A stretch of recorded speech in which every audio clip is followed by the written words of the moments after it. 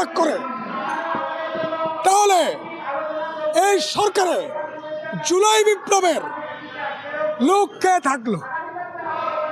তার মানে কি 100% আওয়ামী উপদেষ্টা, ভারতীয় অনুচর উপদেষ্টা দিয়ে আপনি দেশ চালাবেন? ডক্টর ইউনূস, আপনাকে আমরা অনেকবার বলেছি, বাংলাদেশের রাজনীতি, বাংলাদেশের অর্থনীতি, বাংলাদেশের অ্যাডমিনিস্ট্রেশন সম্পর্কে আপনার কোনো জ্ঞান নাই। আপনি বিশ্বজ্ঞানী, আপনি বিশ্ব অর্থনীতিবিদ, সব ঠিক আছে, বাংলাদেশ চালানোর কোনো জ্ঞান আপনার নাই। সেটা 6 মাসে প্রমাণিত হয়েছে। প্রত্যেকটা জায়গায় আওয়ামী লীগের পুনর্বাসন হয়েছে।